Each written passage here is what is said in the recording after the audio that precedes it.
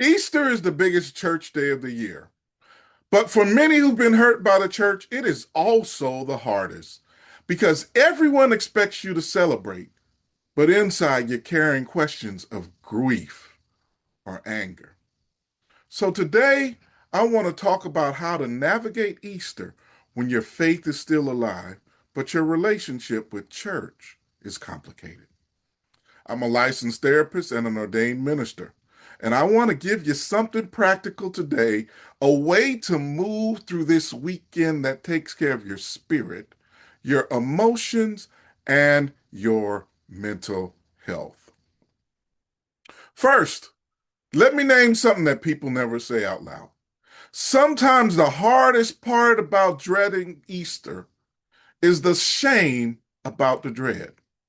You think something is wrong with you. You think this is supposed to be the most hopeful day of the year.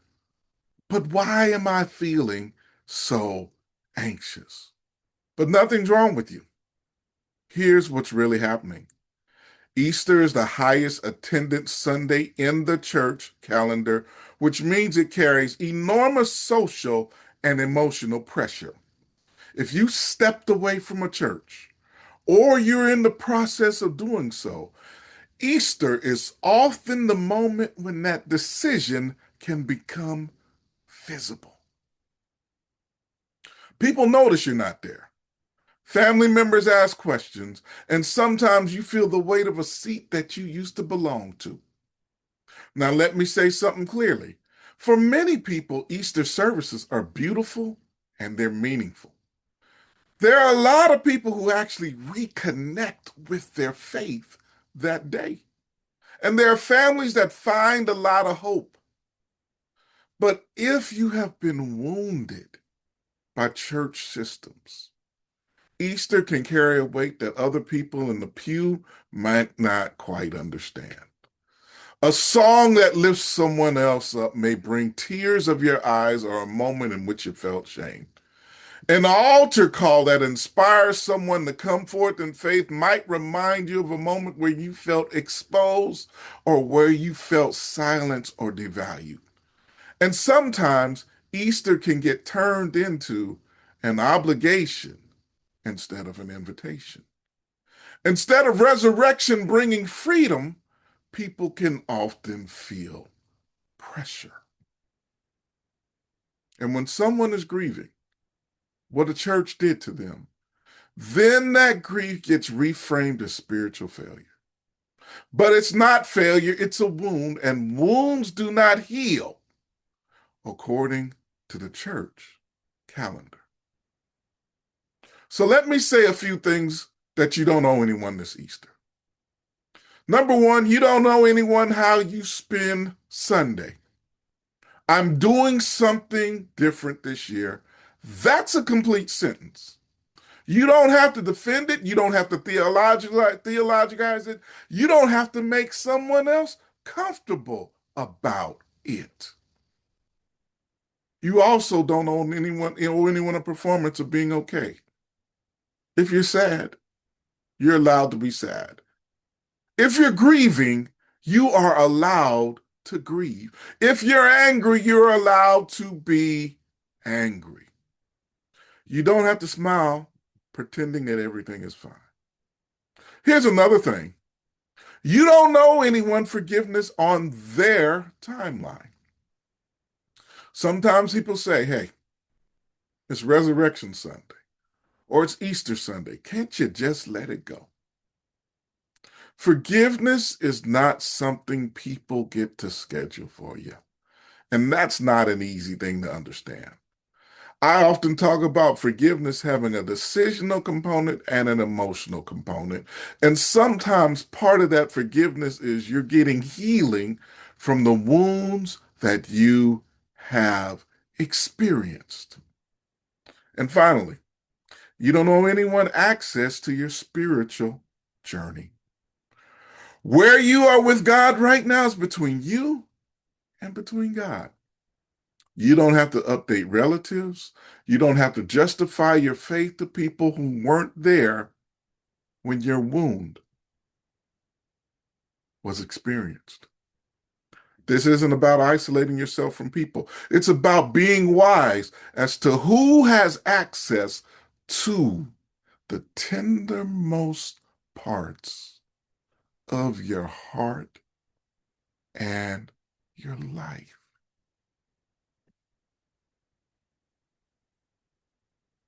Let me offer 4 simple things you can do this weekend. Number one, first one, decide ahead of time.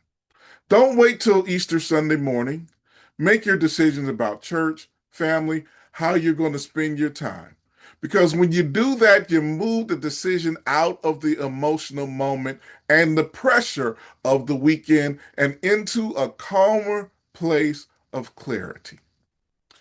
Clarity protects peace. I'll say that piece one again. Clarity protects peace. Number two, have an honest person, friend, family member, someone you know cares about you, somebody who knows your story and will not judge you, someone who you can text and simply say, you know what, today is kind of hard. I'm not sure I can do this because today is hard for me. And they respond, I know, I'm here. Sometimes that kind of presence is enough to steady you. I know my experience many years after my mother first passed away, I needed a friend because I would have to go to church on Mother's Day and be a pastor while I was still grieving my own mother. And so I needed someone who could just understand me. Sometimes we need people to just understand us. Number three, give yourself something that feeds your spirit. Easter does not have to be defined by what you lost. You can take a walk. You can sit outside. You can journal. You can pray and reflect. You can listen to a song that inspires you or builds you up, or does something that allows you to connect to God in the way you might need to connect. Not because someone assigned it, because in your connection and relationship with God, it's something that is bringing about healing, hope, and resurrection for you. Even 15 minutes with God, quietly, can be deeply grounding, settling, and give you some peace.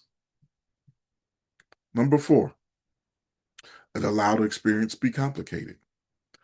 You can still believe in a resurrection and still be hurt by the church. You can still love God and not trust certain institutions at times. You can cry during an Easter hymn and still decide, I'm not ready to walk back into that building just yet. These things aren't contradictions. They are the reality of faith living in a broken world. And sometimes holding complexity is not a sign of weak faith, but it's a sign of mature faith.